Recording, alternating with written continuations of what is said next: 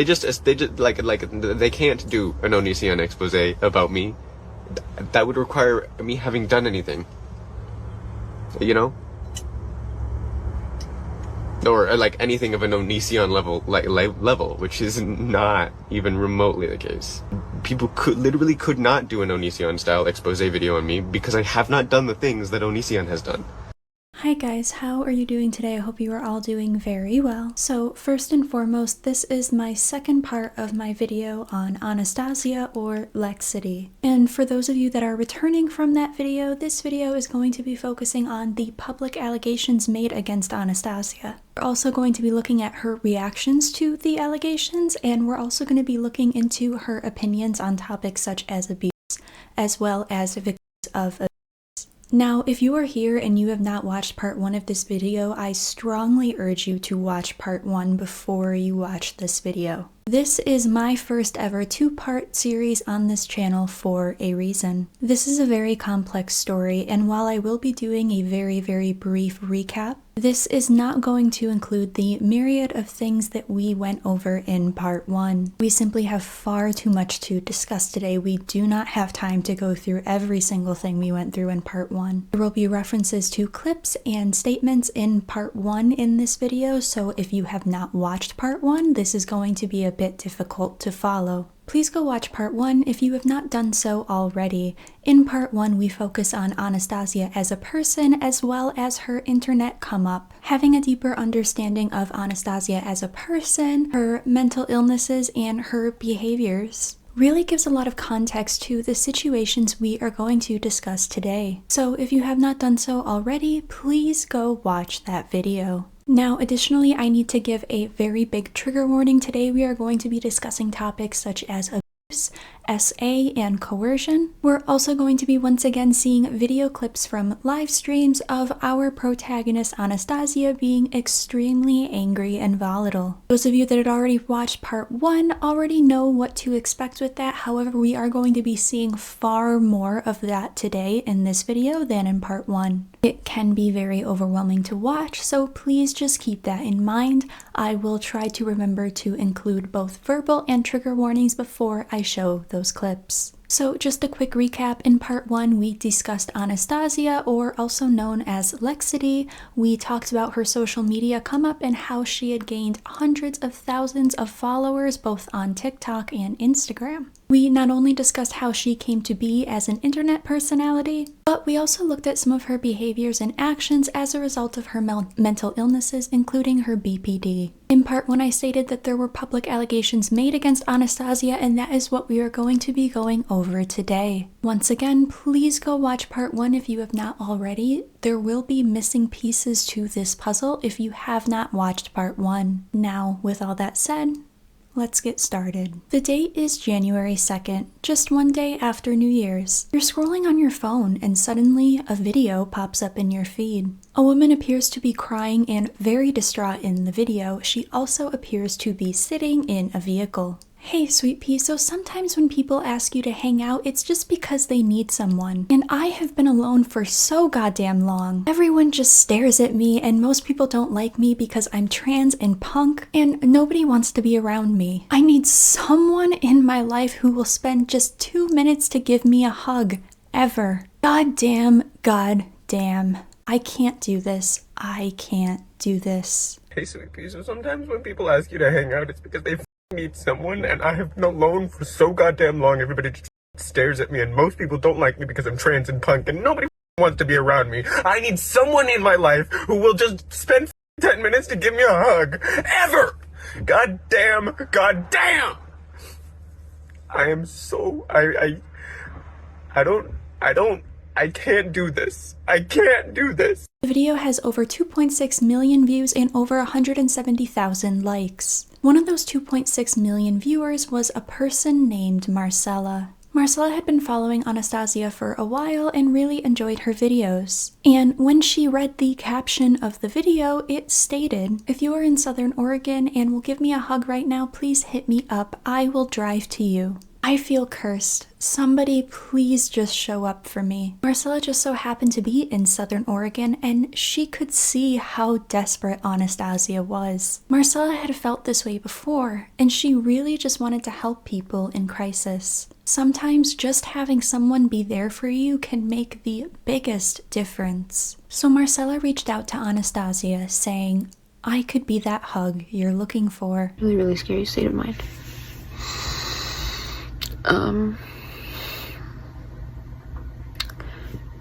I got involved with a person that is online. I followed this person because I thought they were very attractive and interesting looking, and their videos were like very soothing to watch. And they posted a video of themselves like in crisis mode, and they needed someone there for them, and disclosed that they were in Southern Oregon, which I hadn't known about. I didn't realize they were so close to me, like they could have been anywhere. And so I reached out and I was like, hey, like, I can be that hug that you're looking for, because I want to help people. And I've been there. Like, we've all been there. Marcella had no idea that that one text message would spark a series of chaotic and traumatic events over the course of 4 days. And the kind and gentle image she had of Anastasia, someone she looked up to, would be completely shattered. Following that message, Anastasia drives to see Marcella. She drives for over 2 hours. They met in public and they had dinner together. Upon meeting, Marcella was very nervous. I mean, why wouldn't she be? Here she is sitting across from this public figure she's been following, who she never expected to meet. And yet, there she was, right in front of her. What a surreal feeling. There's no denying that there's an inherent power imbalance here. I mean, sure, it's not like she's a celebrity, but Anastasia has a combined 438,000 followers on both TikTok and Instagram. She was a real influencer. Marcella states she's never been one to fall victim to parasocial relationships easily, but she was just very drawn to Anastasia. I met this person in a public location. We had dinner. I was quite nervous because I've never met like a public figure, you know. Obviously, there's a power dynamic happening there. And I am pretty good at refraining from developing like parasocial relationships. Like, I watch people online, but I don't really like allow myself to become attached to them. So I felt like it was fine because I was just seeing this person as a person that just needed help. The two hit it off. It was quite clear that they had a lot of chemistry. They both found each other very attractive. Marcella states that Anastasia finally broke the ice when she turned to her and said, "You're attracted to me, aren't you? How could you tell? Because you're flirting with me." Kind of like in shock that I was looking at this person across the table, and we were just generally talking. I mean, it felt like a first date situation, you know, you ask like For like small talk, stuff like that. Yep. Okay. At one point, she goes, "You're attracted to me, aren't you?" And I was like, "How could you tell?" And she said, "Because you're flirting with me." And so then that, you know, for me, that opened up like, okay, obviously we're both attracted to each other. So what is this going to look like? This was the catalyst that sparked the relationship between Anastasia and Marcella. Anastasia was lonely, and like stated in part 1, her biggest desire was to find a life partner. And on the other hand, Marcella had also been yearning for a partner. She had this idealistic image in her head of what that would look like, and she said that Anastasia had checked off all of the boxes. She thought it was meant to be. I've been spending a lot of time yearning for a partner and like creating a picture in my head of what this partner would be like in a physical sense and also in an emotional sense and in intelligence wise. And she like hit the nail on the head with most of it. Now, something to note here really quickly. According to Marcella, Anastasia had no idea either what she looked like and also never asked Marcella her age before meeting her. It was just because she was in a crisis and I've been in a crisis, so I wanted to help.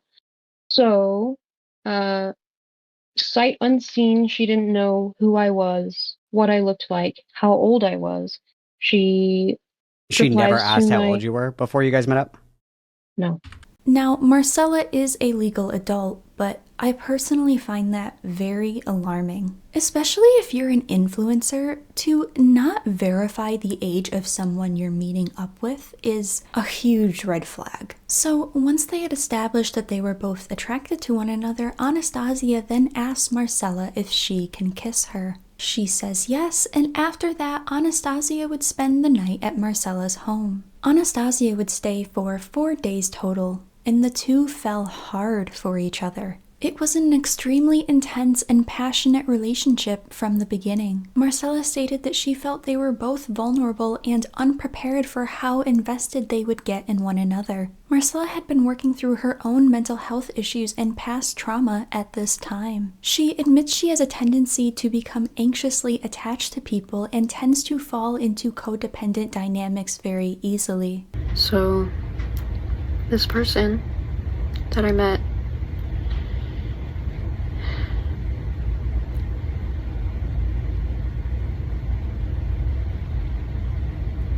I think we were both very vulnerable and unprepared for what was going to happen and for the feelings that we were going to have for each other. And it sort of went south, like partially my fault and partially their fault, partially just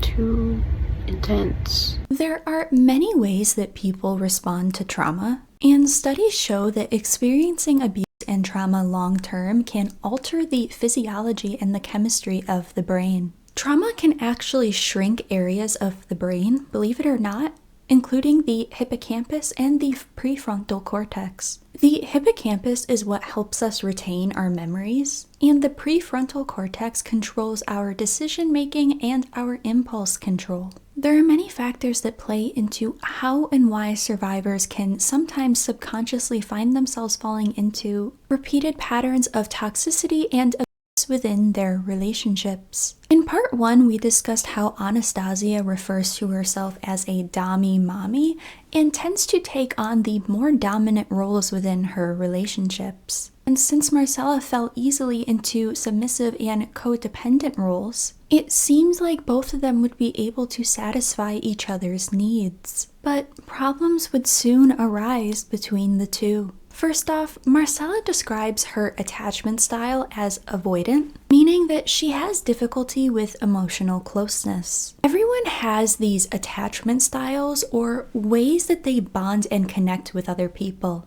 It is usually shaped by our experiences in life. Avoidant attachment style often happens when a person has been mistreated or abused. They tend not to trust very easily and may reject intimacy and closeness. People with this attachment style tend to have trouble opening up and being vulnerable, and oftentimes they have experienced inadequate and inconsistent emotional care in their lives. And in part 1, we talked about how one of Anastasia's biggest triggers for her rage and BPD episodes is people pushing her away. So already there are some serious incompatibility issues here. Anastasia began to pick up on Marcella's more avoidant attachment style, which became a trigger for her. She was very triggered by my attachment style. I wanted time. I wanted to get to know her. I just kind of wanted to exist with each other. Like, let's, you know, go out and do fun things. Let's watch movies together. Let's hang out.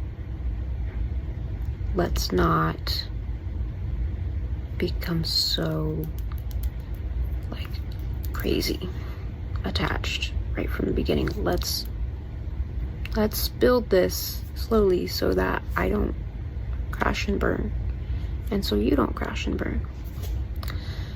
But that was, like, very triggering to them, just because of past relationships they've had.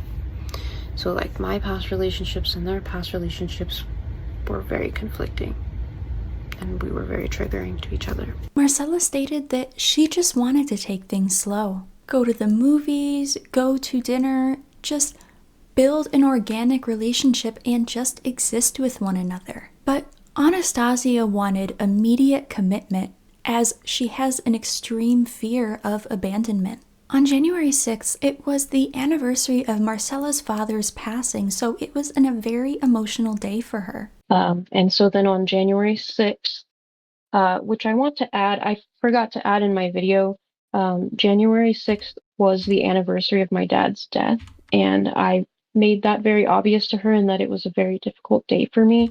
So the fact that this all blew up on that day doesn't surprise me, because that's how these people operate. But sure. Anastasia, having picked up on the fact that Marcella seemed more anxious, especially because Marcella was having trouble eating ever since Anastasia came around, decided to ask Marcella a question. She told Marcella that she was scared to lose her, and then asked Marcella what her fears were. At that moment, Marcella wasn't thinking about Anastasia's fears, or triggers, or BPD, or fear of abandonment. She was thinking about her anxiety and how quickly they were proceeding in their relationship, on top of it being the day that her father passed away. So Marcella is honest with her, and she tells her, "I'm afraid that we became anxiously attached to each other." Anastasia then blew up in a very scary way. Marcella was not prepared for Anastasia's rage. And on top of this, Anastasia had actually been drinking. In part 1, we discussed that Anastasia is an alcoholic, and alcohol is something that really triggers her rage. Marcella knew Anastasia had a drinking problem, and when she showed up that day, she had showed up randomly bringing alcohol with her. Marcella was surprised. She asked Anastasia, "Oh, you're drinking?" Marcella would not drink with Anastasia. Started to have an insecurity. They asked me, or they told me that they were really scared to lose me, and asked me what my fear was, or what my fears were. And I wasn't even thinking about them in that moment. Like, they said they were scared to lose me, and based on knowing about their past, I should have consoled them and said, "You're not going to lose me." But I did not do that. I just answered their question. I told them that my fear was that we became anxiously attached to each other. And that was the absolute wrong thing to say and do. It triggered something extremely scary in this person, and they were drinking alcohol, which frightened me when I learned that they would be drinking that night, because they had warned me that they were an alcoholic. So I was already a little bit worried, and they blew up. So at this point, Anastasia is having a major BPD episode. She is screaming in Marcella's face. Marcella made 3 video statements talking about this situation, and in the third one, she goes into great detail about what it was like to experience Anastasia's rage. And it sounds like a literal nightmare. She stated that Anastasia had yelled for hours. Her yelling was so loud, at one point Marcella's ears started ringing. This caused Marcella to completely disassociate. She tried to console Anastasia, say anything she could to calm her down, apologizing to her repeatedly. Anastasia would calm down, but then she would 180 all over again. "You know what? Fuck you," she would say, and the cycle would just repeat itself. For Marcella, it was a constant switch between paralyzing fear and calm. Anastasia's switches were so unpredictable. At one point, Anastasia called Marcella a whore and even did this like spitting motion at her. She didn't actually spit on her, but she just reenacted the motion of doing so, implying that Marcella was nothing and deserved to be spat on. Will take accountability for. She has taken accountability for yelling at me, but she is downgrading it so severely. And so I wanted to share with you what it was actually like when she was just yelling at me. The yelling went on for what felt like a couple hours. That timeline could be a little bit skewed, but it was so loud and went on for so long that at one point my ears were ringing. And of course, as I mentioned before, I was dissociating, so there was a lot of stuff that was said that I don't even remember. What I do remember was, as I said before, I would take accountability and say, you know what, I should have consoled you. I'm sorry, I understand why you're upset. Next time I'm going to do better. She would calm down. She would say, I'm so sorry for blowing up on you.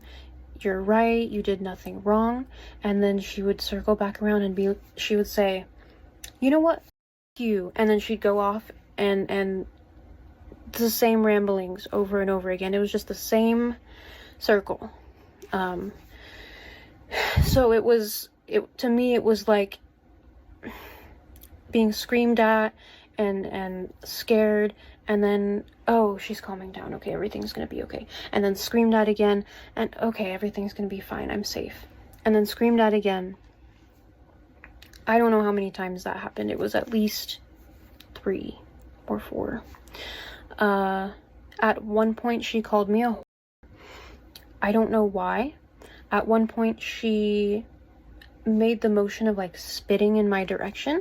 And by the way, a lot of people don't know this, but in some states in America, it is actually illegal to spit on someone, and Oregon happens to be one of those states. It is considered willful or unlawful use of violence or force against someone, and carries a $2,000 fine and up to 6 months in jail time. At one point, Marcella was so paralyzed in fear that she curled up on the floor in a fetal position and pleaded with Anastasia to please stop screaming. Anastasia then lowers her voice, almost in this like childlike voice, and then says to her, "If I talk to you like this, are you gonna understand me? If I talk to you like this, is that better for you?" Being extremely condescending towards Marcella. As if I was, she looked at me as if I was worth nothing.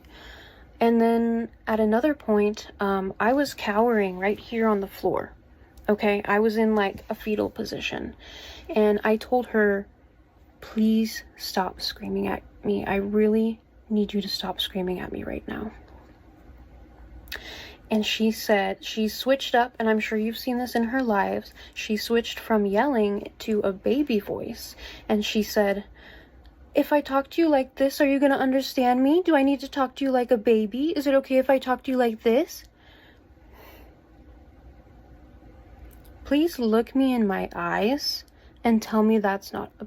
Marcella did everything she could to calm Anastasia down and be agreeable with her, but she had only known Marcella for 4 days at that point. It's not like they had known each other for a long time. I mean, how would she be able to know exactly what to say to Anastasia in that moment to calm her down? Since Anastasia is drunk, she's starting to lose her balance. She's wearing these tall platform boots, she's stumbling around and knocking things over, and this is when Anastasia finally leaves Marcella's home for good. Upon the approval of Anastasia, Marcella filmed her first video statement on January 7th. Yes, you heard that right. Anastasia gave Marcella permission to film and post a public video statement about their experience. Not that she really needed her permission, but I do find it interesting that Anastasia didn't seem to have a problem with Marcella talking publicly about what had happened.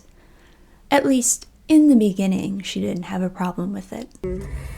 I feel comfortable posting this because she already took accountability, like, publicly and privately. And she gave me permission to post it. Then on January 8th, Marcella had called Anastasia. She wanted to see how Anastasia was doing and make sure she was okay, as she had left her house in a state of rage and drunkenness. And she also wanted to ask Anastasia for video advice regarding the video statement. This is when Anastasia tells Marcella that she is going to quit drinking for her, something Marcella had not asked her to do. In response, Marcella would tell Anastasia to stop drinking for you, not her. This caused Anastasia to get angry and start drinking. And by the way, just for anyone out there that may be struggling with addiction or is close to someone struggling with addiction, you never ever put your sobriety onto somebody else. Sobriety is a personal choice to benefit you. It is not something that you do for someone else. And people who do this pretty much always end up relapsing. It is never someone else's responsibility for your sobriety. After this, Marcella releases her first video statement. She would make 2 more after that. And when you watch these video statements in order, it's very obvious that she is slowly and gradually kind of processing what had actually happened. Initially, Marcella was a lot more sympathetic towards Anastasia and had blamed herself for a lot of what happened. But as she began to process it more, she realized that Anastasia's behavior was completely unacceptable, even if she had been triggered.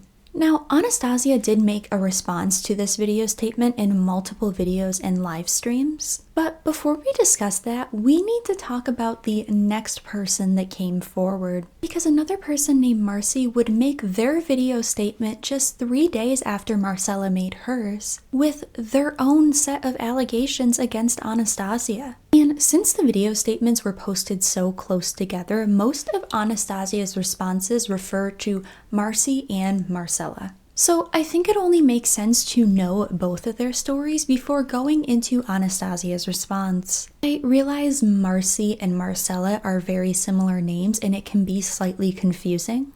I will try to remember to include on a screen a picture of Marcella or Marcy just to make it less confusing for you guys. Now, before we dive into Marcy's story, this story involves allegations of SA, so just a trigger warning for that. Marcy had met Anastasia in a local bar in Southern Oregon in November of 2024. Now, unlike Marcella, Marcy actually did not know of Anastasia's social media and following. And after they met, they didn't really hang out with each other for a couple months. They had simply just been texting back and forth. During the holidays, Marcy had called Anastasia. Marcy had been in Tennessee at the time, and they called to vent to Anastasia about what they were going through in their relationship and to ask for relationship advice. When Marcy had returned from Tennessee, they called Anastasia to make plans with her, but Anastasia had been in Colorado at the time, so plans fell through. Then, when Anastasia had returned from Colorado to Southern Oregon, both Marcy and Anastasia would meet up, and this was 2 days prior to Marcy's video statement. So I met Anastasia about 2 months ago, I would say, here at a local bar in Southern Oregon. It was very natural. I didn't know about their following at first, so that wasn't something that persuaded me to know Lexity. We didn't get the chance to hang out for a few months, which was fine. We were texting back and forth. It was good. A little backstory, I should say. I did call Anastasia while I was in Tennessee over the holidays. I did discuss some things about what I was going through in my relationship with her, looking for support, looking for advice. She gave me advice. It was fine. We moved on. There was no like weird feelings whatsoever. So I come back from my trip and we were already talking about maybe seeing each other when I got back. And I didn't know if she had come back from her road trip yet. She had just came from Colorado. So I come back, we try and plan a hangout, it doesn't work. We plan another hangout, which was 2 days ago. She said she wanted to take me out to dinner, so I was like, heck yeah, that sounds awesome. The two made plans to go to dinner, and Marcy was very excited. Anastasia comes to pick up Marcy in her van. Once Marcy is in the van, the first thing Anastasia asks them is if they are in an open relationship. To which Marcy says no, and that they are in a monogamous relationship, so then they just go to dinner. 2 days ago, we planned the hangout. I get picked up by her in her van, and the first thing I'm asked is, you know, are you in an open relationship? To which I say, no, I am not. I am in a monogamous relationship. We can totally talk about it, you know, just we're meeting each other for the first time. So, you know, we'll get there. Like, you'll learn who I am. I'll learn who you are. Now, Marcy initially had very high opinions of Anastasia. In their video statement, they even said that they found Anastasia to be very respectable, and they even viewed Anastasia as a pure goddess. Anastasia seemed very respectable to me as a person. It's like a pure goddess. That's the first impression I got. And like I stated in part 1, these are a lot of the things that I hear from these ex-Sweetpeas and people that no longer support her. They find Anastasia attractive, charming, emotionally intelligent, all of these things. But right off the bat, Marcy notices that Anastasia is really prying into Marcy's relationship. She's pressuring Marcy about relationship details, and is also simultaneously trying to convince Marcy that they want Anastasia more than they want their own partner. Marcy says that they often seek out relationship advice from their friends, which is perfectly healthy. But they do feel like it crosses a boundary for them when those friends try to persuade them into leaving their relationship or cheating or telling them that they deserve better. At the get-go, it seems like Anastasia is pressuring me to want her more than I want my current partner.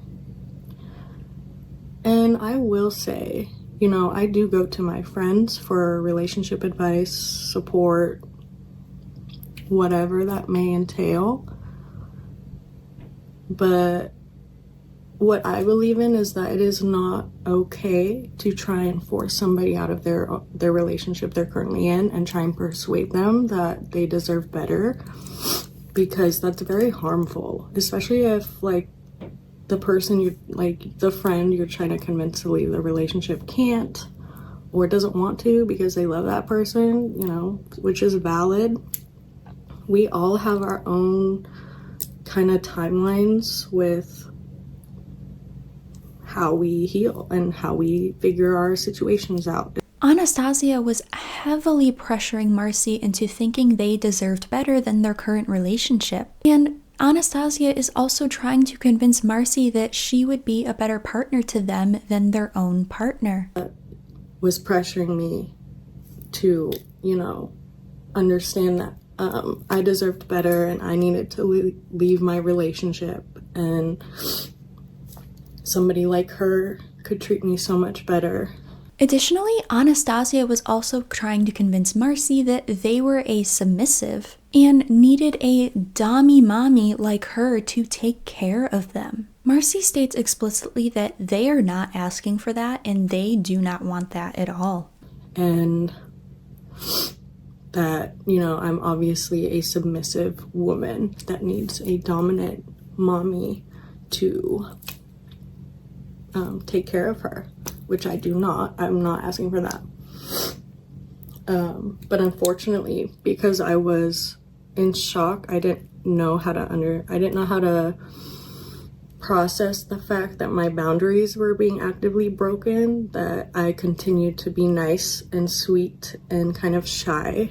Marcy states that they were in a state of shock. They didn't know how to react to their boundaries being crossed so blatantly and intensely. So they remained sweet and nice towards Anastasia, which in hindsight is probably a good thing, as we've seen how enraged and volatile Anastasia can get when she feels she is being pushed away. And instead of perceiving Marcy's body language as discomfort and compliance, Anastasia perceived it as activating Marcy's submissive mode, and that Anastasia once again needed to be their dommy mommy. I believe she took that on her own to be like, oh, this person like is shy because she's being activated into her submissive mode because I need to be her dommy mommy.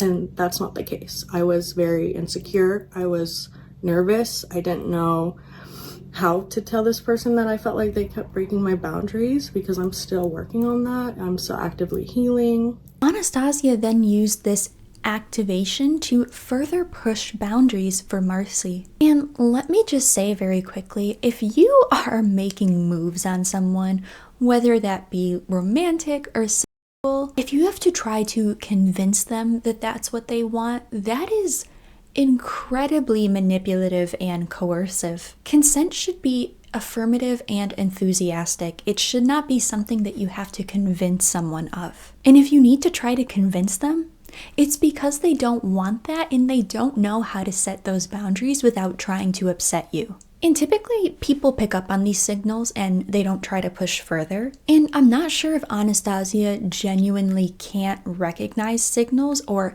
chooses to ignore them, but I'm leaning more towards the latter. Anastasia speaks so openly and boldly about respecting people's boundaries on her channel, but yet seems to always find a way to push people's boundaries. But the second that her boundaries are crossed, all hell breaks loose. Marcy once again states that they were not comfortable with this, but that they were very insecure and nervous, and was unsure of how to properly and respectfully convey that their boundaries were being crossed. And I think people will kind of look at this and sort of judge Marcy for not being more clear and expressing what their boundaries were. But I feel like as an outsider, that's a lot easier said than done. Because it's one thing to hit on people, right? But if someone is trying to use your relationship to manipulate you, while also trying to simultaneously convince you that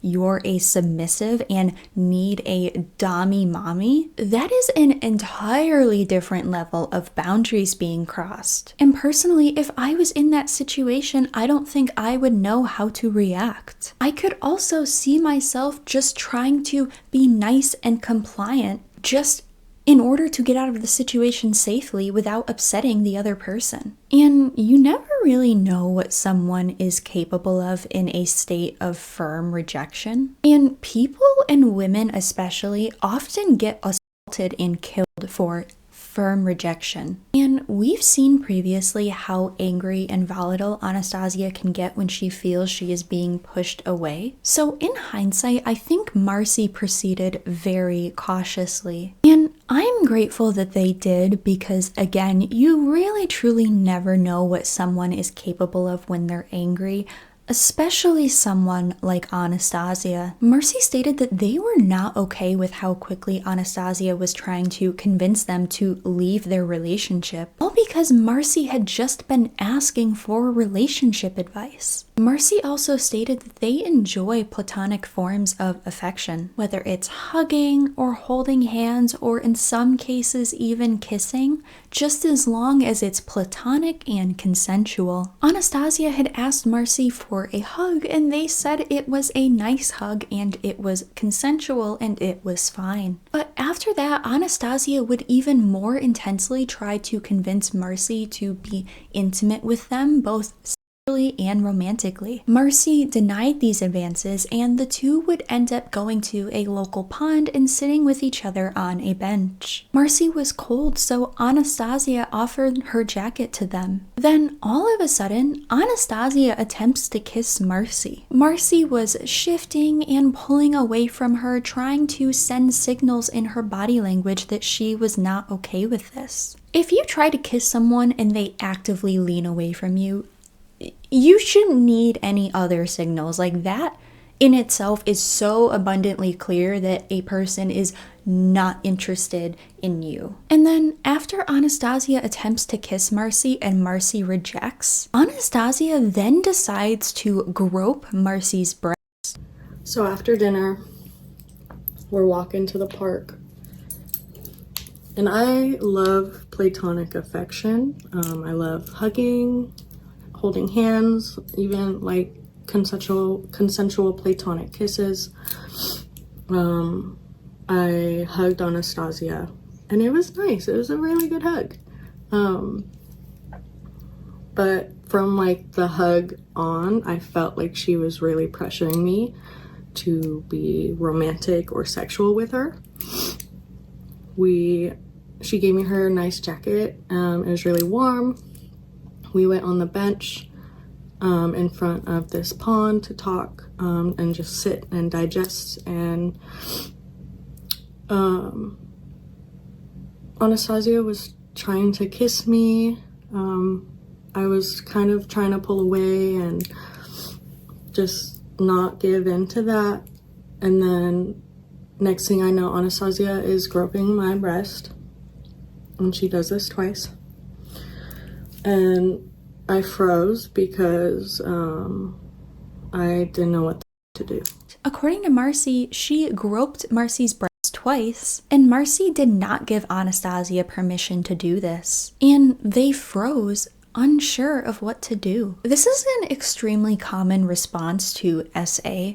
We all know about fight or flight responses, but there's actually a third response known as freezing, and the term for this is tonic immobility. Anastasia didn't seem to make any more physical advances onto Marcy, thankfully, after this, but the night did not end there. They both had returned to Anastasia's van, and Anastasia would get a vape for Marcy, something that Marcy said that they were grateful for as they were in quite a bit of distress. And at that point, Marcy is trying to figure out how to proceed, and they are wondering if Anastasia is possibly in a manic state.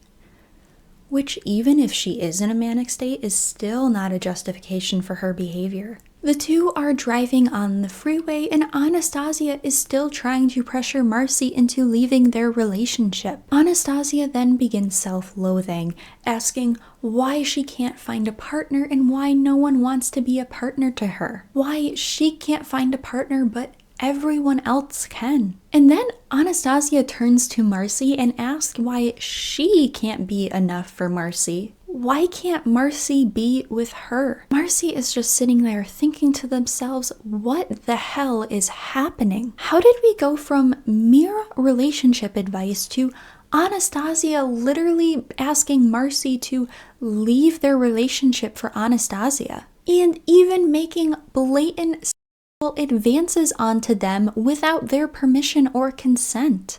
And then she starts getting into like why nobody wants her as a partner and why everyone else she encounters can find a partner for themselves, but she never can. And then it kind of got weird where she was kind of directing it towards me, and she was like, you know, why can't I be good enough for you? What, like, I'm right here. Like, why can't I just provide for you and love you and care for you in the way that you need? And I'm in the passenger seat like, what? is happening? Anastasia is repeatedly asking Marcy if they want to be intimate with her, and Marcy has to continually remind her that they do not. Anastasia kept asking if I wanted to be intimate with her, which I had to keep reminding her no, I don't. Just because I find her attractive doesn't mean shit. Okay, I set my boundaries from the get-go. So Marcy then realizes that they've just been driving on the freeway for a long time, so Marcy then asks Anastasia where they are going. And at this point, Marcy just wants to go home, so they ask Anastasia if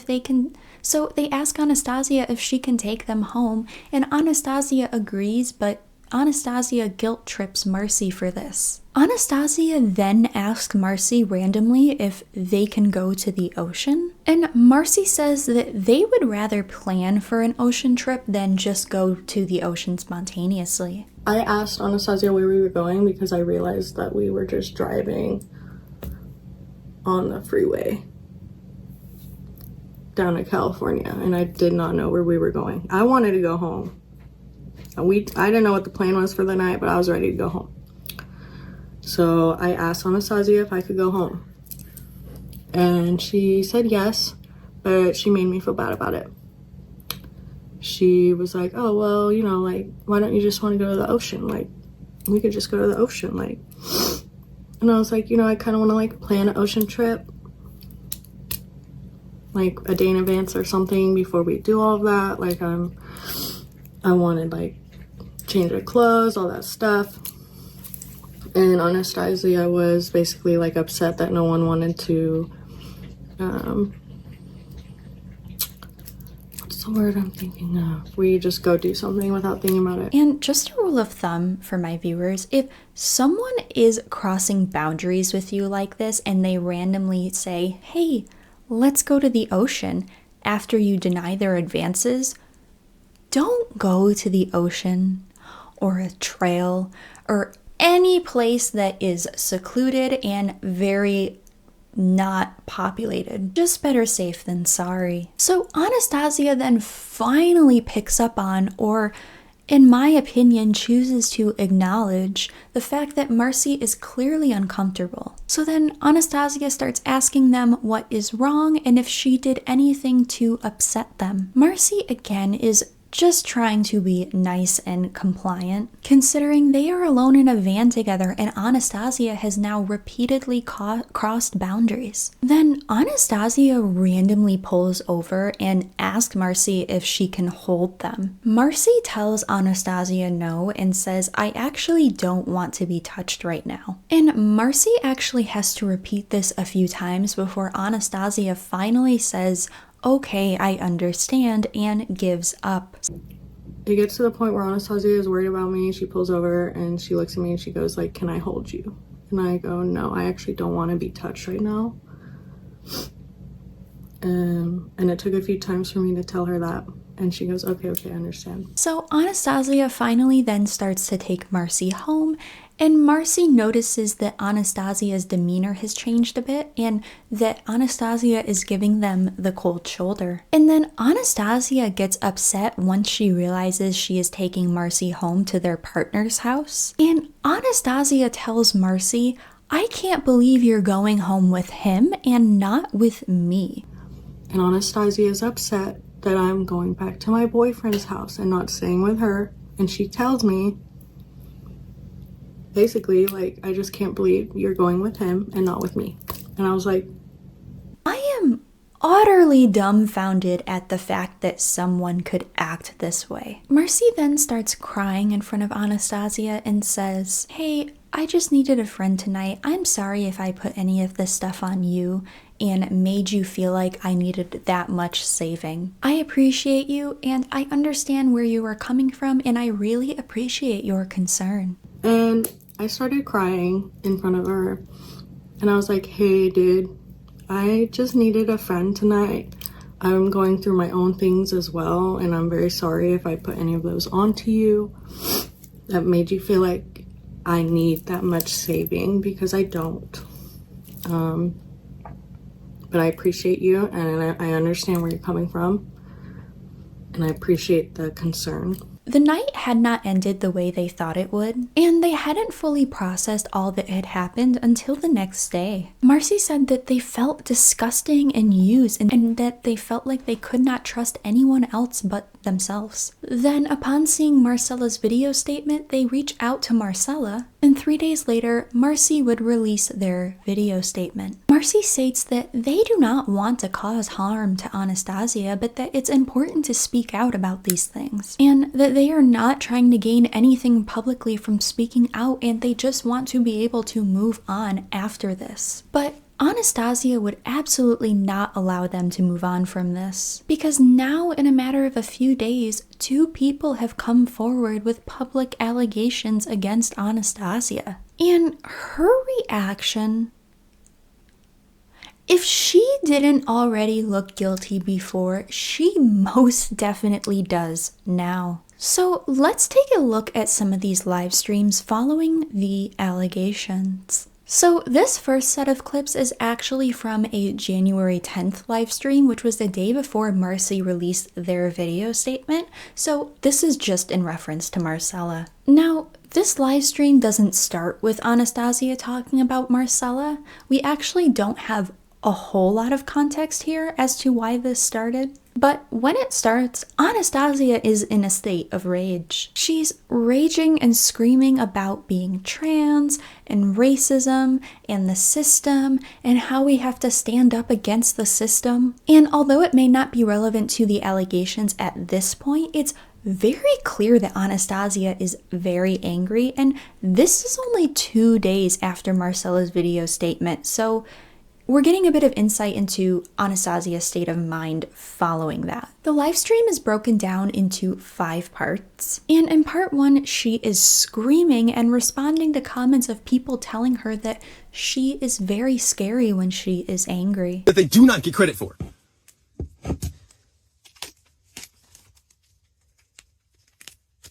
I'm very scary when I'm angry? Yeah, well then f***ing join me and we can f***ing change the world. You know what scary is? Scary's f***ing power. Scary is power. I'll be honest, that line gave me chills, especially considering what we now know about what took place between her and Marcella. It's clear that she attributes fear to power and control, which is interesting considering Anastasia claims to lose control when she is angry, but yet she feels power and control when she is angry?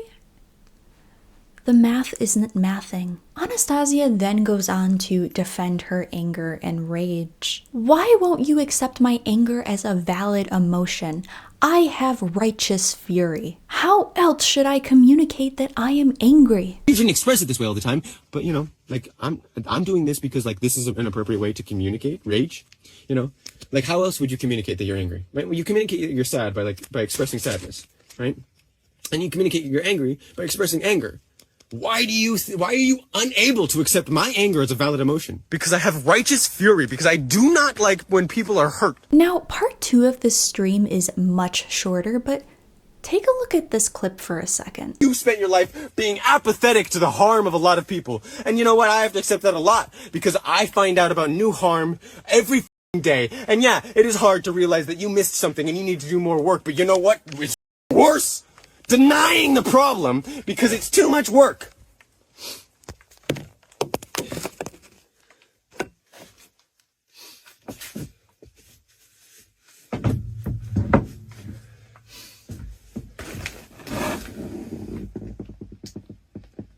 What racism? What racism? I'm sorry. Because they said that there was oppression of people of color. Did you guys catch that switch there? How she goes from extreme rage to calm in just a matter of seconds? The reason I wanted to include that is because, to me, this appears that Anastasia does have some control of her emotions to a degree. She can, to a degree, control her emotional reactions, at least when she wants to. And that, coupled with the scary is power statement, I think is a clue that Anastasia really does have more control over her emotions than she leads people to believe. Now in part 3, we get a bit more insight into Anastasia's state of mind. She is extremely high energy and still very angry at this point, and we find out that she has not slept in a week. I know I'm right, so it doesn't matter if you call me delusional. It doesn't matter if you call me manic. It doesn't matter if you say that I've been up all for however long you want. I've been up for a week straight. I've never slept in my life. It doesn't matter.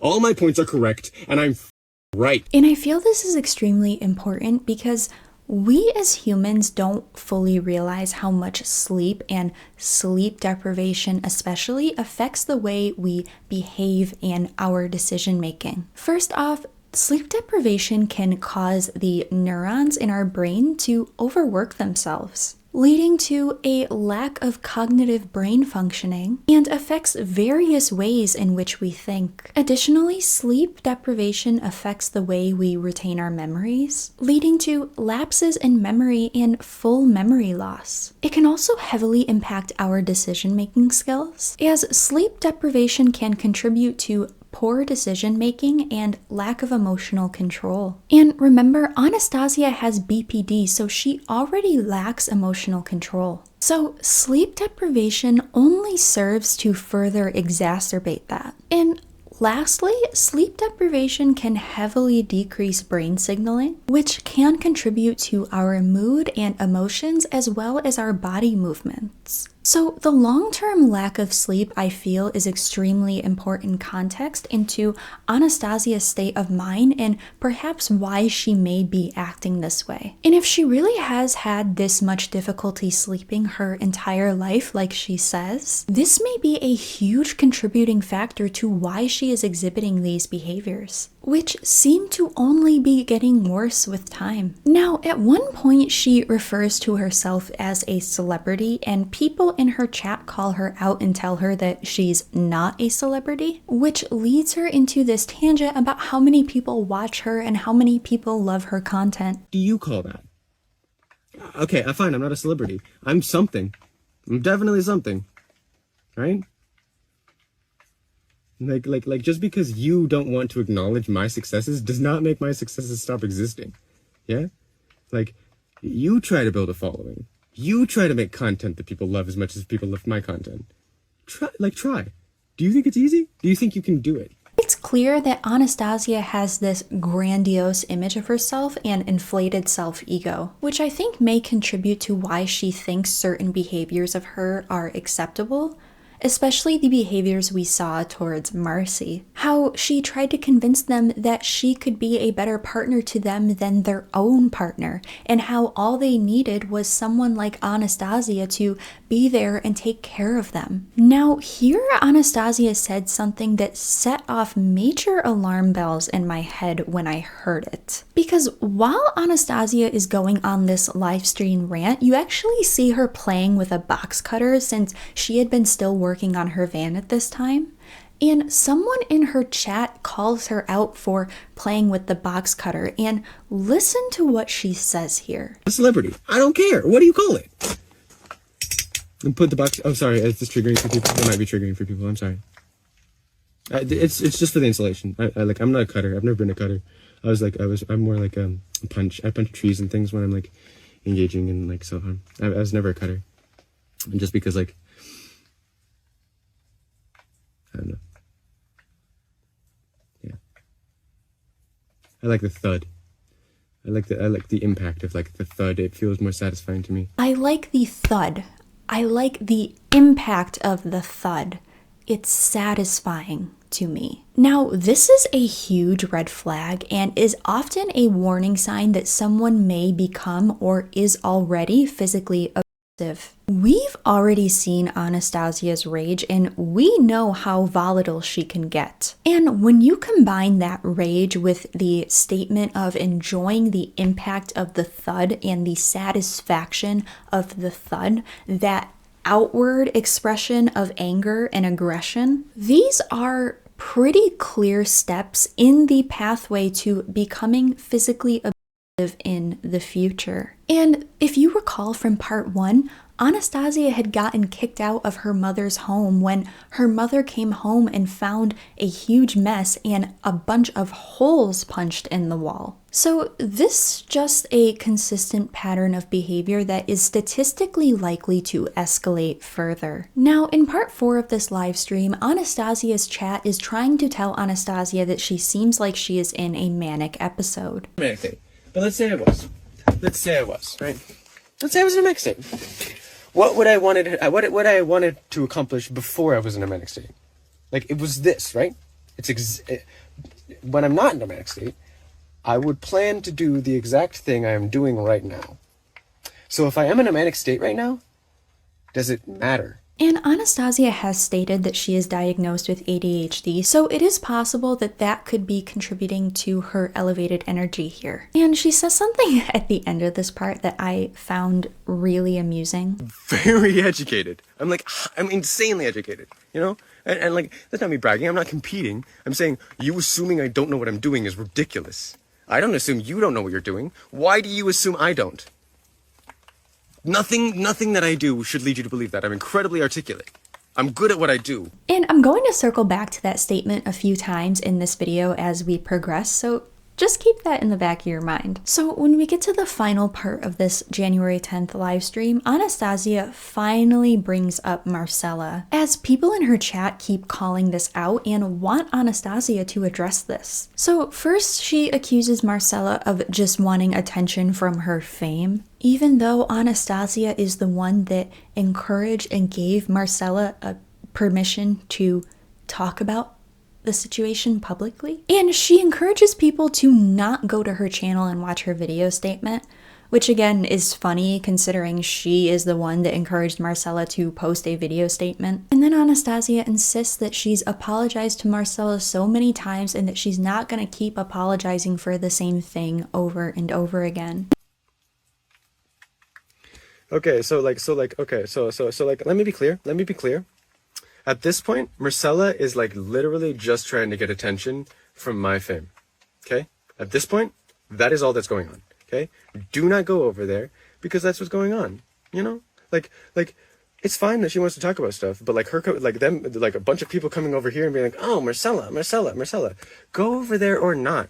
Okay? I'm not going to spend my entire life apologizing for something that I've already apologized for multiple times. Now, this is where Anastasia makes the allegation that Marcella encouraged her to drink, and listen to the hesitation in her voice when she makes this claim. Yeah.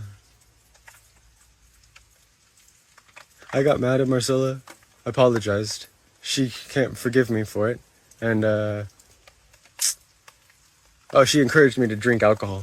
Yeah, you definitely didn't totally make that up on the spot, Anastasia. Definitely not. And this claim will be addressed later on, so just keep that in mind. Then Anastasia states that what happened between her and Marcella is just normal human behavior. Not anymore.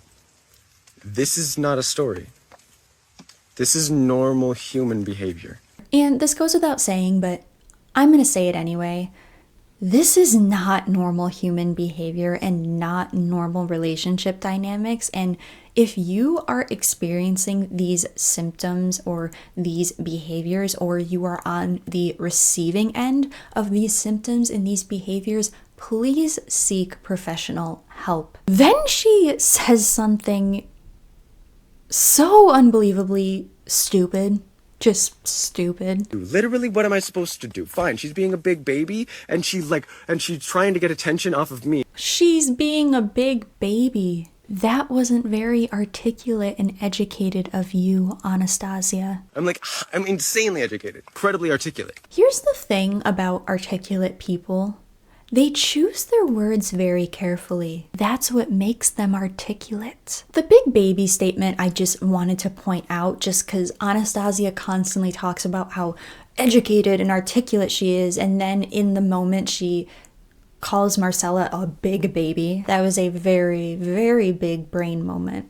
Yeah. Now, after this, we just get this absolutely ridiculous monologue of Anastasia claiming and trying to convince her viewers that Marcella is just this narcissist, and I'm quite frankly not going to include that here and entertain that even slightly. And that's where this January 10th live stream ends. Now, moving on to the infamous crash out live stream of January 11th. This is the crashiest crash out live streams of all the crash out live streams in the Anastasia universe. And Anastasia is in full rage mode, so just a trigger warning for that. Thankfully, we have a whole hour's worth of footage from this specific live stream. Thank you so much to this YouTube channel for providing that for us. Now, we're going to go through and we're going to dissect this live stream and look at certain clips, and we're also going to be looking at some of her videos and TikToks she made around this time as well.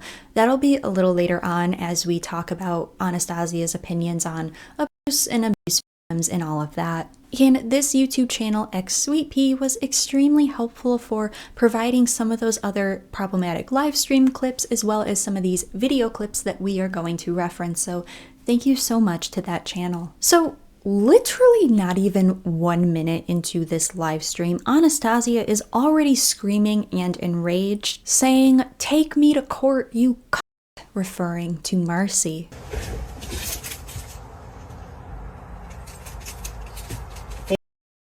Take me to court if she thinks it's fucking true. Take me to court, Marcy. You know what? Because, like, Jesus Christ, if I fucking if I didn't fucking consent and I tried to convince you to fucking be your partner, apparently I'm a fucking terrible person. Take me to court, you lying c***.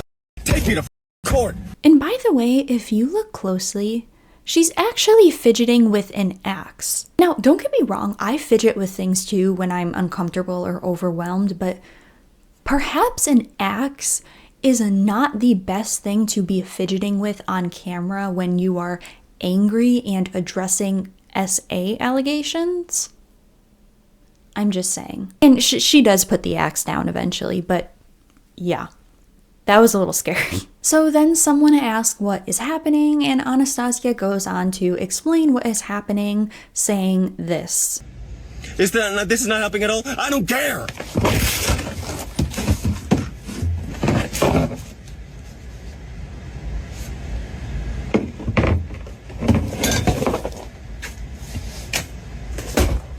What happened? I went on a date and I asked a girl if I could hug her, and I did hug her, right? And she hugged me and she grabbed my butt and I grabbed her and I grabbed her side too, and I asked her if it was okay that I was doing that, and she said yes, and then apparently she decided that she regrets that. Now, remember this because in almost every single instance after this referencing the situation with Marcy, Anastasia says that they just gave them a hug and that it was just a hug. And she doesn't fully admit what she is admitting here, which is she did in fact grope Marcy, although Anastasia claims that it was consensual. And then we get this comment about 4.5 minutes into the stream saying,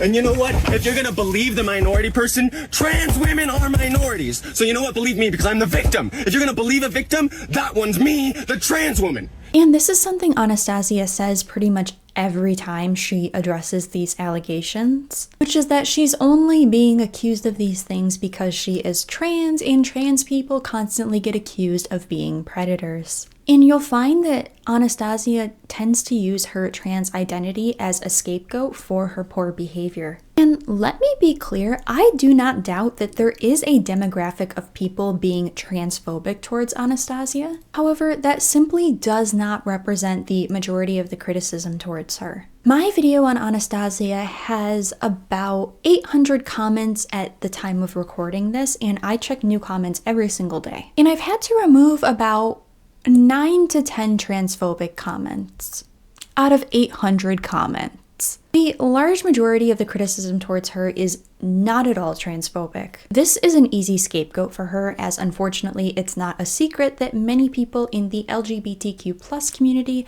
especially trans people, are constantly accused of being predators. But that's truly not what's going on here. There is absolutely valid criticism towards Anastasia that has absolutely nothing to do with her trans identity, and she knows this. So then she starts yelling about how she's famous and that Marcella and Marcy Marcy are just trying to leech off of her fame. Once again, it's clear Anastasia has a very grandiose self-image. And she says again that she's a famous celebrity. And I mean, sure, like, she is an influencer, but an influencer is a very, very, very far stretch from a celebrity. That is a very important distinction. She then makes a comment about 7 minutes in, stating, if you think yelling is what abuse is, you have never been abused.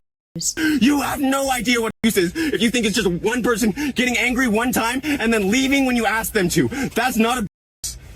And keep this one in the back of your mind, because later on when we go over Anastasia's opinions of abuse, this will become very relevant. Now, we have a clip about 11 minutes in, and I wanted to include this clip because you'll notice she kind of switches into this baby mocking voice. And if you recall from Marcella's video statement, one of the things she said was that Anastasia would switch into this mocking baby voice when she would ask her to calm down. So I think this speaks a bit to the validity of that claim. Famous their entire fucking life, and they meet a person who actually found a fan base, and they go, oh, I know this, cancel culture's the thing. Maybe if I just convince everyone that they're an abusive person, that like they'll pay attention to me. And you know what? They were right. They were right. So then Anastasia mentions that Marcy is starting an OF, or an OnlyFans, and tries to say that the reason Marcy is making all these allegations is to promote their OF. That might be the case, just like non-existent in your brain. Do you not believe that they might want attention? Marcy is starting an OnlyFans. Now, this thinking is incredibly flawed, because it's not a secret that people who engage in any form of sex work, including OF, are actually far less likely to be believed simply due to the nature of their job. You know what? I have an idea. Why don't I promote my OF with an SA allegation? Said absolutely no one ever. Now, about 16 and a half minutes in, she says something very revealing. Sorry, yeah, but like they used me. They used me. They used me. Do not believe a single word they said. They used me. Okay? Like genuinely, I've done things that I regret. I've overstepped people's boundaries, and I will be honest about it. I have overstepped people's boundaries before.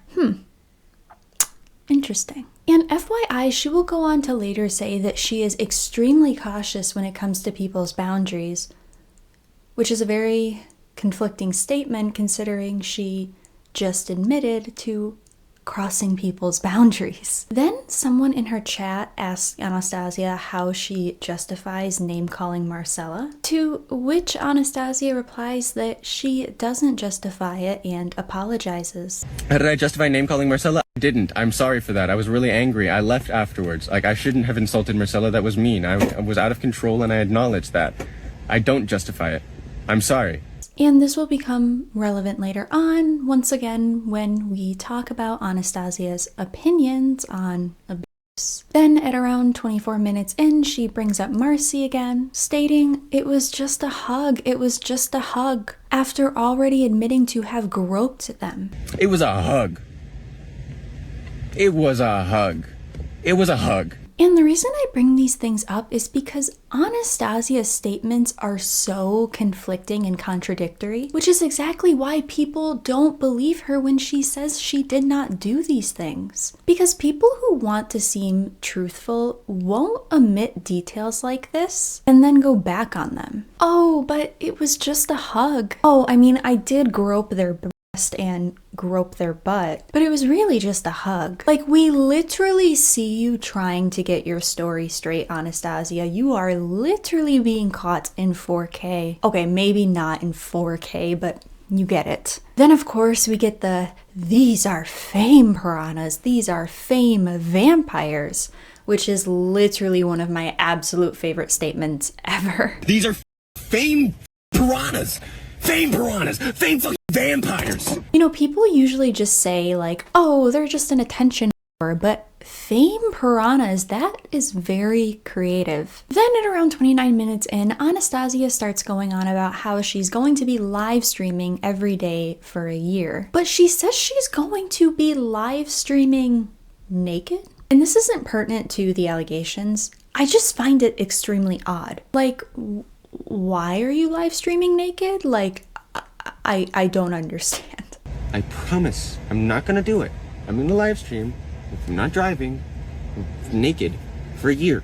Hell, if I could find a place to live stream that would accept me naked, I would fucking live stream all the time. Now, this stream goes on for a little bit, and she mostly is just kind of like repeating herself or answering questions that don't have to do with the allegations or talking about her van and the building process. And you can actually see her demeanor gradually shift from extremely angry in the beginning to somewhat calm by the end of it. It's almost as if she's like exhausted herself at this point with all of that rage and anger and energy. And remember, this was like the cycle that Marcella had mentioned with Anastasia. You know, she would rage and she would yell and she would scream, and then Marcella would talk her down, and you know, she would be calm and she would be reasonable, and then she would 180 and she would yell and she would scream and she would rage all over again. I feel like this live stream might be somewhat of a glimpse into what that could have possibly been like for Marcella, although obviously we can't know for sure what that was like for Marcella. And this stream is 58 minutes long. So if this is how her mood cycle typically is, that means that she is switching on and off literally every hour. And that's on top of never sleeping. And Anastasia makes a statement at the very end of the stream that really dismantles her whole argument she has against Marcella. Because one of the things that Anastasia keeps insisting and keeps harping on is this whole thing with Marcella encouraged me to drink and she won't take accountability for it. But listen to how Anastasia explains this. No, she didn't say don't stop drinking because of her. I said I'm not gonna drink because I hurt you. And she said, oh, well, don't stop drinking because of that. That's what she said, okay? Like, okay, great, that's the reason I'm stopping drinking. And you know what, it doesn't even matter if she had a relationship with me. I wanted to stop drinking because I hurt someone. And yeah, it is unreasonable to say that that's not an acceptable reason for me to want to stop drinking. So she said she's going to stop drinking for Marcella, and Marcella told her, don't stop drinking because of that, which entirely supports the claim that Marcella had said that she did not encourage Anastasia to drink. She simply told her to not stop drinking for her and to instead stop drinking for yourself. So she essentially debunks her whole claim, which was pretty much the entire argument she had against Marcella, and was the one aspect that she kept using over and over again to discredit Marcella. So this live stream ends pretty abruptly between Anastasia giving a fun fact about stars, so let's move on to another live stream now. So this one live stream, it's about 18 minutes long, and Anastasia is pretty much just regurgitating the same stuff and defenses and excuses that she had been in all of these previous live streams that we have seen. But then she says this. Like, I disagree with that. You were specifically talking about the SA allegations. Yeah, I know my life. So not only do I not believe you, I know that's not true. So, yeah, it is because I'm trans. Oh. Hey, do you guys want me to kill myself? Is that what you want? Is that why you're here? Like, well, I'm obviously in a mental health crisis trying to bother me. Is that why? I mean, like, I really want to know why. Like, are you trying to help me grow? I'd like to know. You know? Now, when you actually take a moment to observe her chat, nobody at all is telling Anastasia to end her life or encouraging her to harm herself in any way. In fact, the chat is overwhelmingly positive and supportive towards her. And the comments that are critical towards her are either asking her to address the allegations or telling her she needs to get off live stream and seek professional help. And we can see her reading her chat, so we know that she knows this. This is so very clearly a manipulation tactic, and I'm guessing if she's willing to emotionally manipulate her audience in this way, she's probably very likely to manipulate people in her relationships in this way as well. Okay, so now that we've gone through most of Anastasia's responses to these allegations, let's go ahead and have a deeper look at Anastasia's opinions on abuse as well as abuse victims.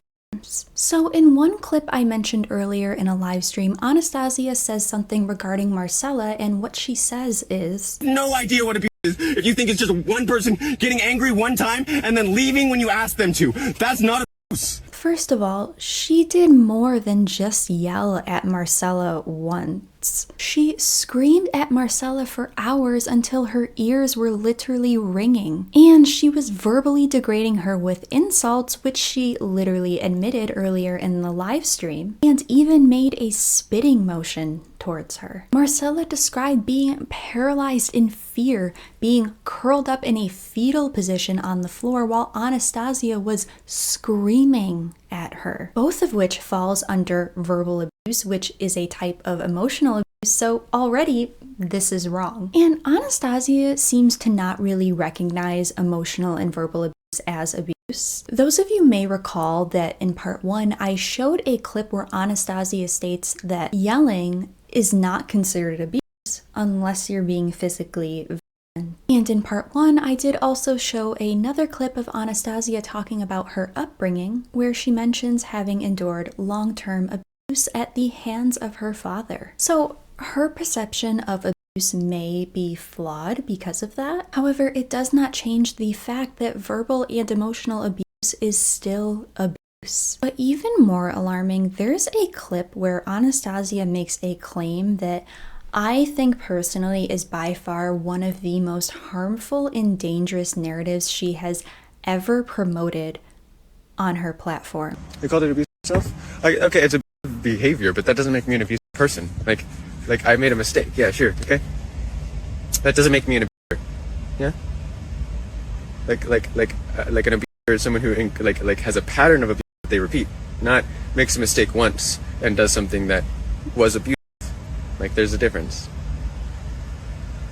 Abusive behavior doesn't make me an abuser. An abuser is someone who has a repeated pattern of abuse, not makes a mistake once and does something that's abusive. There's a difference. Hey chat, if I rape someone once, does that not make me an abuser? I mean, abusive behavior doesn't make me an abuser. Abusers repeat a pattern of behavior, but doing it once, it's just a mistake. It doesn't make me an abuser. I only beat my wife once. It was one time. That doesn't make me an abuser. It doesn't count. What the is wrong with you, Anastasia? Like, genuinely, what is wrong with you? You have an audience of over 430,000 followers on TikTok and Instagram combined, and you are using your influence to promote the idea that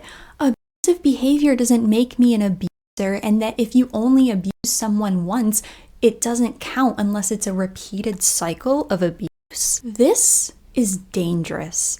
This is dangerous. Anastasia's audience consists of women, primarily young women, as well as people struggling with mental health issues.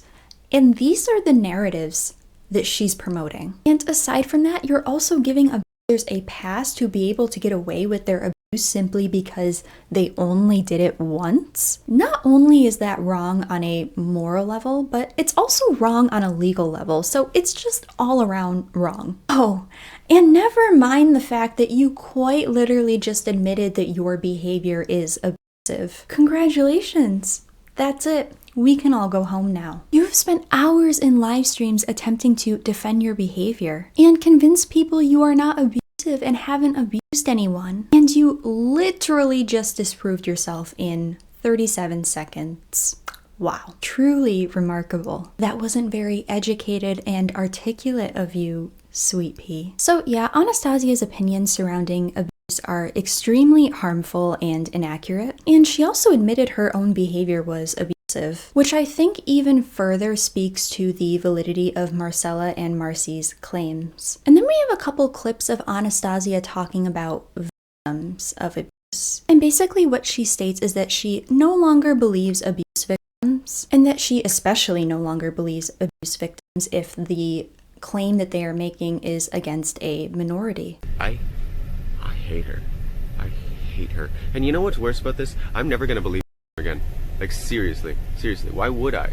My experience is that like this. Like, victims apparently just fucking lie about their experiences. Like, and that's not a good thing. Now, I might be being a bit nitpicky here and overanalyzing this, and if I am, you guys can let me know and I will accept that, but just hear me out for a minute. I find the phrase, "I no longer believe victims," interesting. Because number one, Anastasia has stated multiple times that Marcella and Marcy are not victims. And there's a difference between saying, "I am skeptical now when abuse victims come forward because I was falsely accused," and saying, "I no longer believe victims." And here's my question.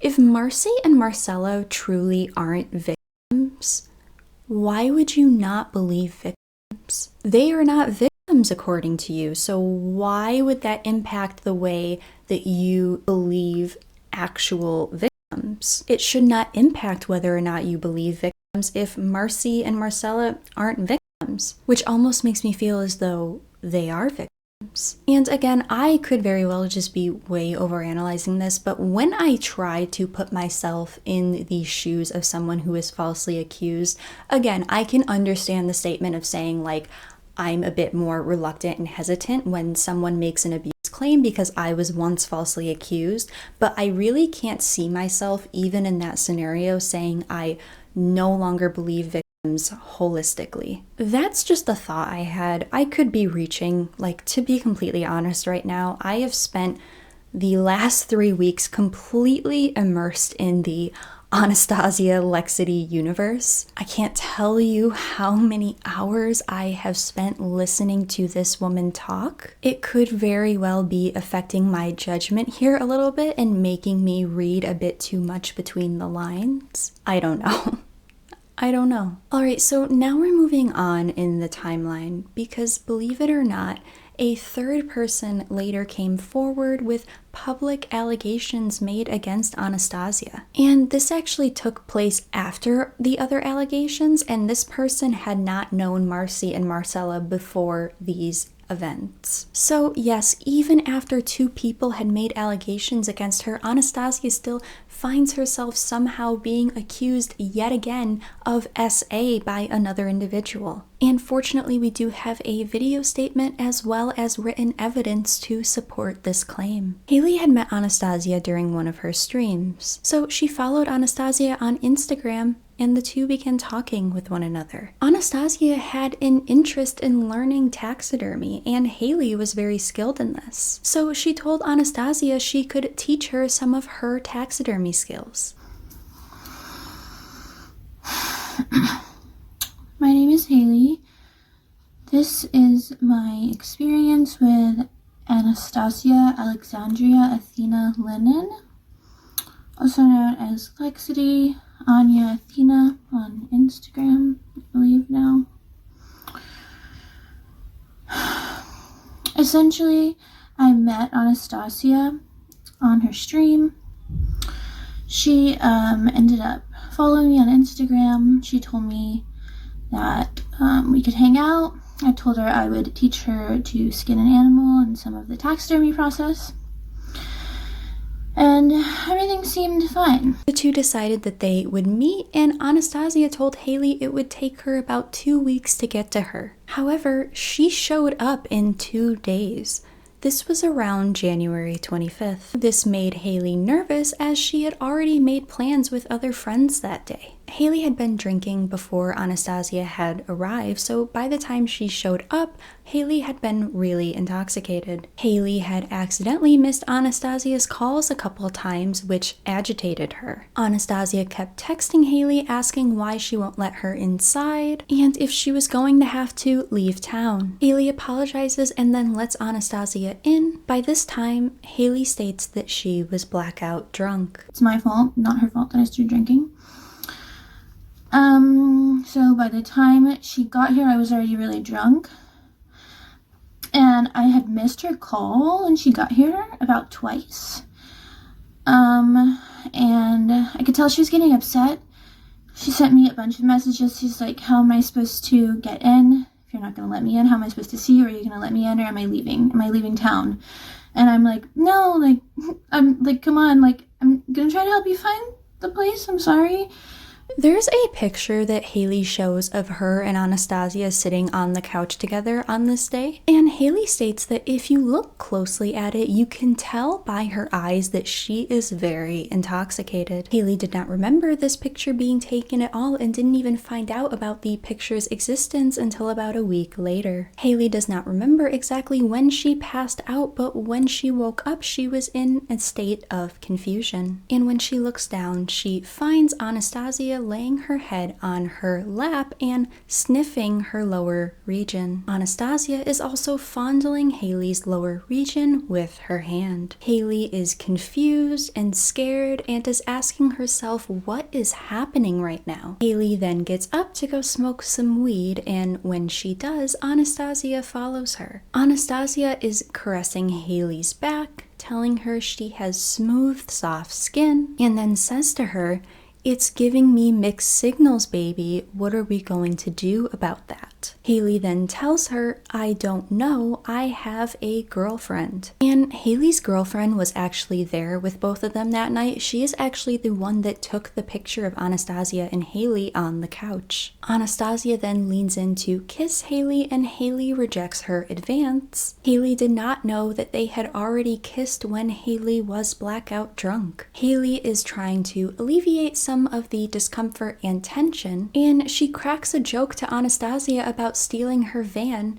even though Haylee had been completely drunk and had been next to Anastasia the entire night. This set Anastasia off, causing her to insult Haylee to her face. She told Haylee she was a small and weak person and even insulted her physical appearance. Haylee asked her, "Why would you say that to me?" And Anastasia replies, "I want to make you feel as hurt as you made me feel with the van joke." At this point, I am pretty much blacked out entirely. That's where like the night like ends for me, unfortunately, and picks up again a little bit later at a very scary, frightening, confusing time to wake up to what I'm about to talk about.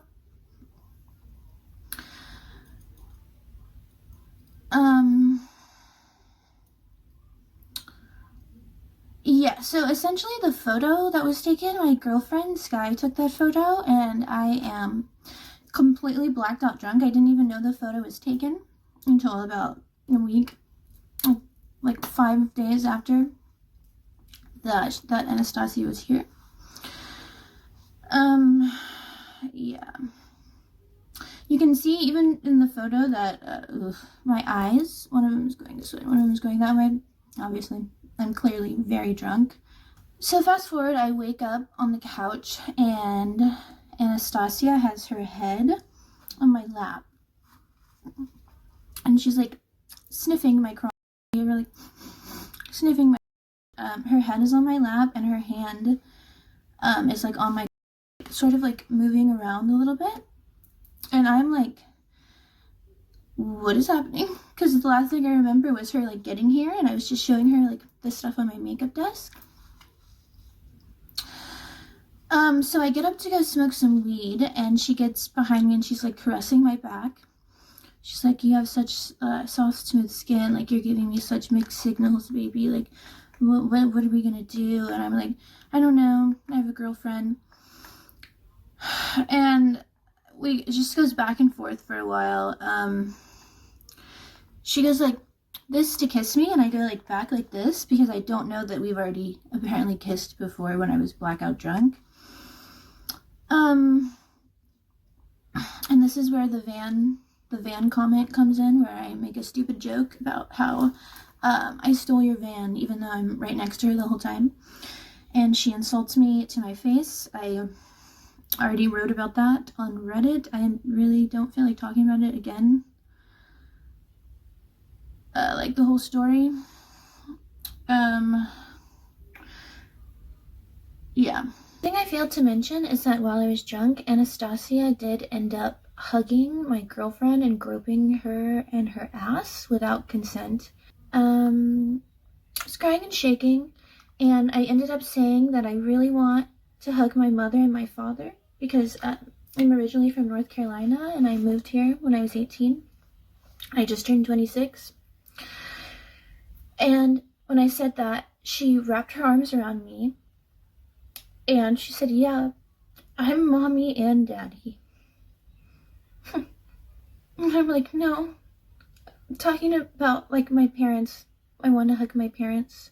Understandably, this extreme overreaction from Anastasia really upset Haylee, and Haylee told Anastasia she would have to sleep on the couch because she had hurt Haylee's feelings. The next morning, Haylee wakes up and she is vomiting because of how drunk she was. Anastasia had started streaming while she was still at Haylee's place, and there's actually a screenshot of this live stream where you can see Haylee in the background. Once again, Haylee had made a harmless joke while Anastasia was on stream. Anastasia perceived this as Haylee trying to get Anastasia's stream banned for whatever reason, which Haylee was absolutely not trying to do. Haylee profusely apologizes to Anastasia, but Anastasia doesn't care. And she gets mad that I make a joke and I say the word on her stream, and she insists that I said it on purpose to get her stream banned, which I definitely did not. Would not do that. I apologize profusely, and she does not care. Anastasia is yelling at Haylee, telling her, your apology means nothing to me. I can tell you're not fucking sorry. At this point, Anastasia is so angry that she just leaves. Haylee asks if she can give Anastasia a hug, and Anastasia tells her, Sky, Haylee's girlfriend, can hug me, but not you, Haylee. I am very upset with you right now. No hugs for you. At this point, Anastasia had left and they had been texting and video chatting back and forth following this day. Haylee began to process what happened, but there were still some missing pieces. This is when Haylee decides to placate Anastasia and is texting Anastasia with the intention to trying to get her to admit what had happened, but also possibly seeing if Anastasia would reveal any more details that Haylee had not remembered since she was so drunk. Anastasia would later end up posting a screen recording of this text message exchange to try and defend herself, and spoiler alert, it had literally the opposite effect. Now this full screen recording is on YouTube. I'm not going to show the entire thing here, mainly because Haylee is just trying to get Anastasia to be comfortable and open with her, so it's pretty much just small talk and jokes and normal banter. It honestly really is not that pertinent to the allegations, so if you want to see the whole thing for yourself, I will leave a link in the description. I am just going to show the parts where they discuss what took place that night. So Anastasia tells Haylee she wants to hug her, to which Haylee says that she thinks she remembers hugging Anastasia a lot while she was still there. To which Anastasia tells her that you definitely enjoyed touching me. It was hard to keep you off of me, actually, not that I was complaining. Haylee then asks her if she was on her the entire night, and Anastasia says, I suppose, and says Haylee was trying to get Anastasia to go to her van with her. And remember, Haylee was blackout drunk and has no memory of this. Haylee then asks who kissed who, and Anastasia replies, you definitely kissed me first. I definitely kissed you first later, though. You also asked me to kiss your breast. Anastasia then says, we made out a bunch of different times. I definitely started some of them. When Haylee asks if Anastasia did suck her breast, Anastasia tells her, yes, I did. Haylee asks how long this lasted and if there was any sex between them. And Anastasia tells her that it went on all night and confirms that there was no sex between them. Haylee then asks Anastasia if she had touched her lower region, and Anastasia tells her that she had through her clothes. Haylee apologizes and Anastasia tells her it was fine, but that she should have communicated better. Haylee says, thank you for telling me, I don't remember due to drunkenness. Anastasia then drops a very shocking statement saying, I'm sorry I did anything. I honestly didn't think that you were that drunk when stuff started. I was very unclear on what boundaries there were. let alone if I was crossing any. Then they text back and forth for a little while longer. The conversation shifts to more casual talking topics and jokes and things like that. Anastasia would then turn on vanish mode, and Haylee would start taking screenshots of their conversation. I am at a loss for words at this point. I'm just gonna be really candid for a second and just pretend that I am talking to Anastasia personally, and I know she's watching this. What is wrong with you?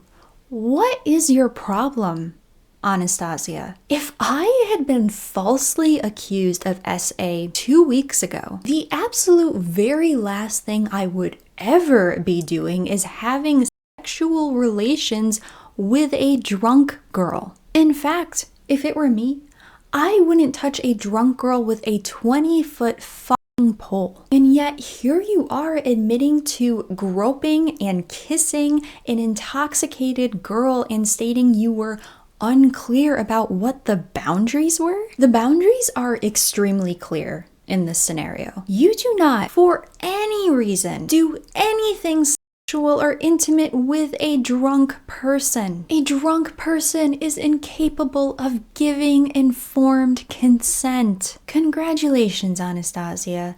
You just incriminated yourself for committing sexual assault.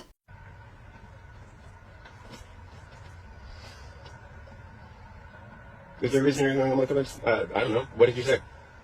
Am I responding to any comments?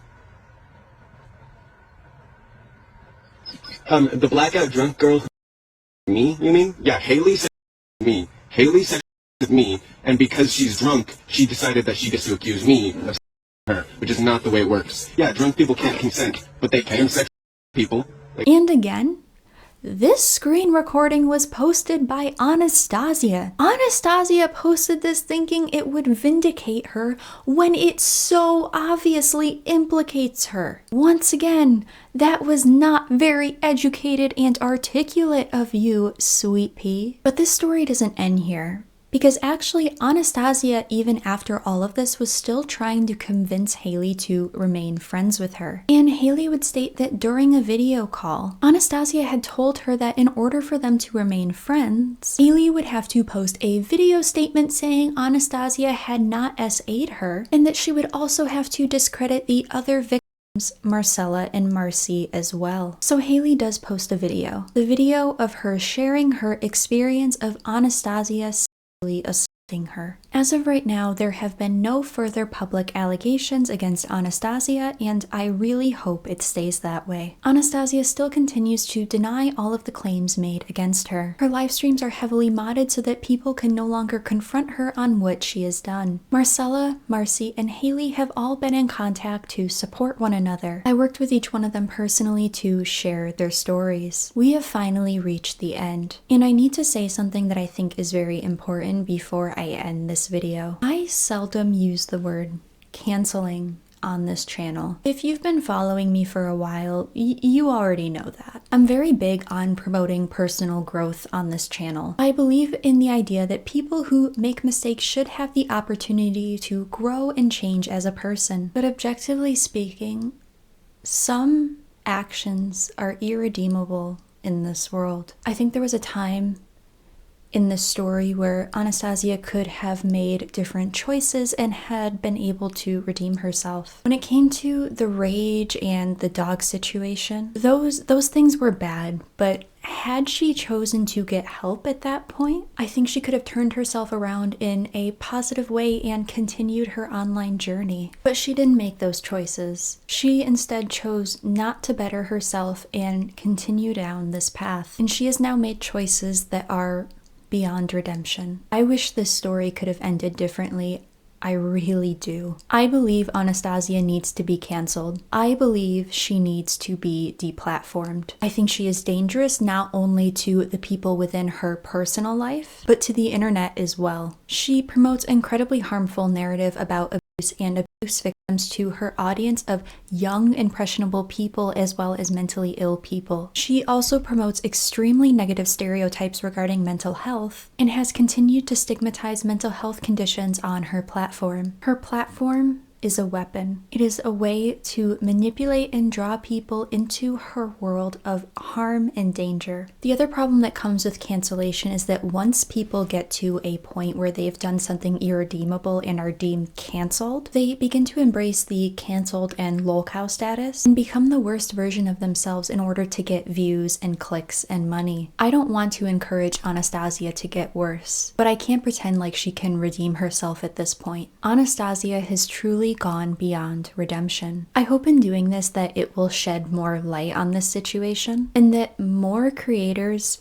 bigger creators than I, will choose to speak out on this in order to bring awareness to the harm that Anastasia is doing with her platform. I am going to link the video statements below as well as the victims' YouTube channels in order to further share their stories. I urge you all to go and listen to them and to show them all support and kindness. Thank you all for listening. I hope you all have a lovely day or night depending on where you are, and I will see you in the next video. Bye.